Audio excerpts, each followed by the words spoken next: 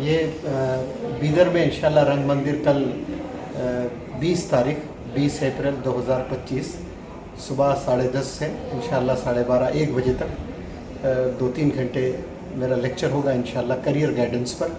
इसमें सब youngsters invited हैं। मैं गुजारिश करता हूं कि पेरेंट्स आकर ना बैठें, वो अपने बच्चों को भेजें, क्योंकि ये बच्चों के लिए है।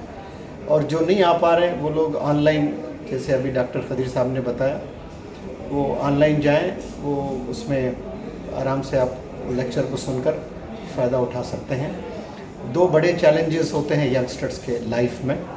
एक चैलेंज होता है करियर और दूसरा चैलेंज होता है लाइफ। और ये 2 भी अगर इंसान सही गुजार ले तो फिर आखिरत उसकी संवर जाएगी। तो लाइफ और करियर को बनाना बहुत ज़रूरी है।